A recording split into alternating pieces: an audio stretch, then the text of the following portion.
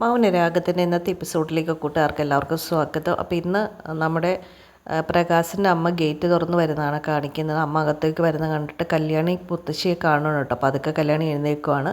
മുത്തശ്ശി നടന്ന് അകത്തേക്ക് വരുമ്പോൾ കയറി കെട്ടിപ്പിടിച്ചിട്ട് മുത്തശ്ശീന്നും പറഞ്ഞിട്ട് കരയുവാണ്. പ്രകാശിനും ഈ മുത്തശ്ശി കയറി വന്നത് കാണുവാണേ. അപ്പോൾ കല്യാണി അമ്മുമ്മേന്നും പറഞ്ഞിട്ട് കരയുകയാണ്. അമ്മുമ്മ മോളെ എന്ന് പറഞ്ഞിട്ട് പറയണം, മോളെ നിൻ്റെ ചങ്ക് പോയല്ലോടി എന്ന് പറഞ്ഞിട്ട് കരയുകയാണ് കേട്ടോ. പെട്ടെന്ന് പ്രകാശൻ വരികയാണ്. പ്രകാശൻ അമ്മയുടെ തോളിലോട്ട് കൈവെക്കാം. അമ്മ കാണുമോ മോനെ എന്ന് പറയുമ്പോൾ അമ്മയെന്ന് പറഞ്ഞിട്ട് രണ്ടുപേരും അവർ മൂന്നാളും കൂടി കരയുവാണേ. അപ്പോൾ അമ്മ പറയണം, എടാ മോനെ, നമ്മൾ സ്നേഹിക്കേണ്ട സമയത്തൊന്നും നമുക്ക് അവളെ സ്നേഹിക്കാൻ പറ്റിയില്ലല്ലോ പ്രകാശമെന്ന് പറഞ്ഞിട്ട് കരയുവാണേ. അപ്പോൾ പ്രകാശൻ ചോദിക്കുക, അമ്മ എന്നാ ആശുപത്രിയിൽ നിന്ന് ഇറങ്ങിയെന്ന് ചോദിച്ചപ്പോൾ ഇന്നാണ് ഇറങ്ങിയത്, പിന്നെ വരാതിരിക്കാൻ പറ്റുമോ മോനെ എന്ന് പറയുകയാണേ. എന്നിട്ട് കരയുവാണ്. മരിച്ചു കിടക്കുന്ന അവളുടെ രൂപം കാണണ്ടെന്ന് കരുതിയിട്ടാണ്, കാരണം അത് മനസ്സിൽ നിന്ന് ഒരിക്കലും പോവില്ല, അങ്ങനത്തെ ഒരു രൂപം എൻ്റെ മനസ്സിൽ കിടക്കണ്ടെന്ന് വെച്ചിട്ടാണെന്നും പറഞ്ഞ് അമ്മൂമ്മ പറയുവാണേ.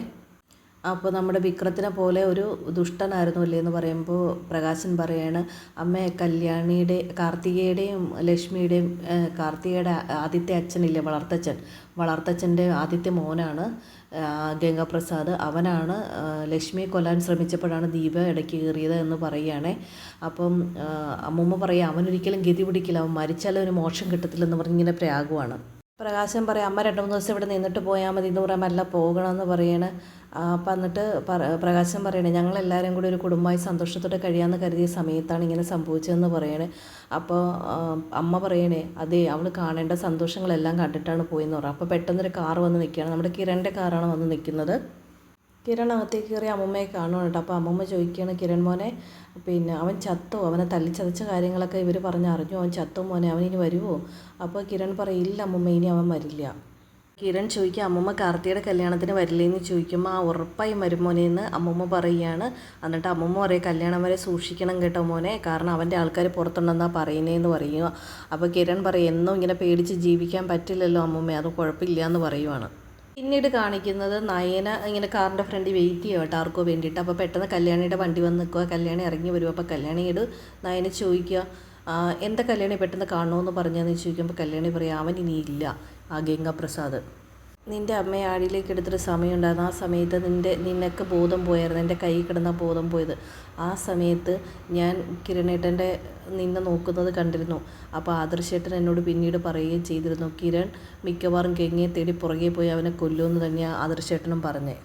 നയന ചോദിക്കുക, അല്ല അവനെ കൊന്നതിന് തെളിവൊന്നും ഇല്ലല്ലോ എന്ന് ചോദിക്കുമ്പോൾ അവനെ തല്ലിക്കൊന്ന് കൊക്കയിൽ എറിഞ്ഞിരിക്കുന്നത്, അതുകൊണ്ട് യാതൊരു തെളിവും ഇല്ലയെന്ന് കല്യാണി പറയുക. പുറത്തിനി അവർക്ക് അവരുടെ ആൾക്കാരൊക്കെ പുറത്ത് നിൽക്കുന്നുണ്ട്.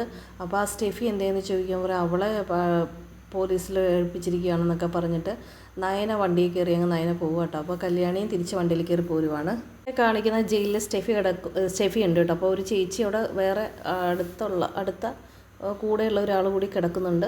അപ്പോൾ അവർ ചോദിക്കുക, എടി പെണ്ണെ എന്താ നീ ഉറങ്ങുന്നതെന്നല്ലേ ചോദിക്കുമ്പോൾ സ്റ്റെഫി പറയും, ഉറക്കം വരത്തില്ല ചേച്ചി എന്ന് പറയും. അപ്പോൾ അവർ എഴുന്നേറ്റ് എന്നിട്ട് ചോദിക്കുക, നിനക്ക് വല്ല കാര്യമുണ്ടോ, നീ അത്യാവശ്യം സാമ്പത്തികമുള്ളൊരു കുടുംബത്തിലല്ല, നീ എന്തിനായി കൊലയാളിയുടെ പിന്നാലെ പോയെന്ന് ചോദിച്ചപ്പോൾ അവൻ്റെ ഉള്ളവനാണെന്ന് പറയണം. അപ്പം ഇവർ പറയും, അവനെ കൊന്നു എന്നല്ലേ വേറൊരുത്തം വന്നപ്പോൾ പറഞ്ഞതെന്ന് കഴിക്കുമ്പോൾ അങ്ങനെ പറയില്ല ചേച്ചി, അവനൊരിക്കലും മരിക്കില്ല, അവനില്ലെങ്കിൽ പിന്നെ ഞാനില്ല എന്ന് പറയുവാണ്. അപ്പോൾ ആ കൂടുതൽ ചേച്ചി പറയും, ഞാൻ എൻ്റെ കെട്ടിയവനെ കൊന്നിട്ട് വന്ന് ഇവിടെ കിടക്കുന്ന, എനിക്ക് ഈ പുല്ലന്മാരെയൊന്നും ഒരു എന്തുമില്ല, പുച്ഛം. അപ്പോൾ അവൾ പറയാണ്, ഗംഗ എവിടെയെങ്കിലും ഉണ്ടായാൽ മതിയെന്ന് സ്റ്റെഫി ഇങ്ങനെ പറയുവാണേ. പിന്നെ കാണിക്കുന്ന ഗംഗാപ്രസാദ് പൊക്കത്തിൽ നിന്ന് എങ്ങും ചവിട്ടി വീഴുന്ന എന്തോ കണ്ടിട്ട് നമ്മുടെ കല്യാണി ഉറക്കത്തിൽ നിന്ന് ഞെട്ടി ഉണരുന്നൊരു സ്വപ്നം കാണുവാണ് കേട്ടോ. അപ്പോൾ കിരണം പെട്ടെന്ന് എഴുന്നേറ്റിട്ട് ചോദിക്കുക, എന്താ കല്യാണി എന്ന് ചോദിക്കുമ്പോൾ ലൈറ്റ് ഇട്ടിട്ട് ചോദിക്കുക, എന്താ കല്യാണി എന്നിങ്ങനെ ചോദിച്ചുകൊണ്ടിരിക്കുക കേട്ടോ. കല്യാണി ഇങ്ങനെ പേടിച്ച് ഉറച്ചിരിക്കുവാണ്. കല്യാണി പറയുവാണ്, അവൻ മരിച്ചു എന്ന് കിരണേട്ടന് ഉറപ്പാണ്, അവനെ തള്ളിയിട്ടപ്പോൾ. അപ്പോൾ കിരൺ പറയും, അവൻ അവശനായിട്ടാണ് ഞാൻ കൊക്കയിലേക്ക് തള്ളിയിട്ട്, ആ ആഘാതത്തിൽ അവൻ മരിച്ചിട്ടുണ്ടാവും, പിന്നെ മൃഗങ്ങളൊക്കെ അവനെ ആക്രമിച്ചിട്ടുണ്ടാവും എന്ന് പറയും. അപ്പോൾ കല്യാണി പറയും, ഞാൻ കണ്ട സ്വപ്നത്തിൽ അവൻ മരിച്ചിട്ടില്ല എന്നാണ് കല്യാണി പറയുന്നത്. ഒരാളിങ്ങനെ വനത്തിൽ കൂടെയൊക്കെ നടന്നു വന്നതാണ് കേട്ടോ. പിന്നെ കാണിക്കുന്ന ആ സമയത്തേക്ക് ഒരാളുടെ കാലിങ്ങനെ തട്ടും. അപ്പോൾ അയാൾ നോക്കുമ്പോൾ കിടക്കുന്നു ഗംഗാപ്രസാദ്. അപ്പോൾ ഗംഗാപ്രസാദ് മരിച്ചിട്ടില്ല, കുറേ മുറിവുകളേറ്റ് കിടക്കുക. അപ്പോൾ പുള്ളി നോക്കുമ്പോൾ ശ്വാസം ഉണ്ട് കേട്ടോ. അപ്പോൾ പുള്ളി അയ്യോ നിറയെ മുറിവുകളാണല്ലോ, ഇനി എന്താ ചെയ്യേണ്ടതെന്നും പറഞ്ഞിട്ട് നേരെ അങ്ങോട്ട് ഓടുവാണേ. കല്യാണി കണ്ട സ്വപ്നം സത്യമായിരിക്കുകയാണ്. അപ്പോൾ ഇന്നത്തെ എപ്പിസോഡ് അവസാനിക്കുകയാണ്. അപ്പോൾ വീഡിയോ ഇഷ്ടപ്പെട്ടെങ്കിൽ തീർച്ചയായിട്ടും എല്ലാ കൂട്ടുകാരും ലൈക്ക് ചെയ്യുക, ഷെയർ ചെയ്യുക, സബ്സ്ക്രൈബ് ചെയ്യുക. അടുത്ത എപ്പിസോഡിൽ കാണാം. അപ്പോൾ എല്ലാവർക്കും ബൈ.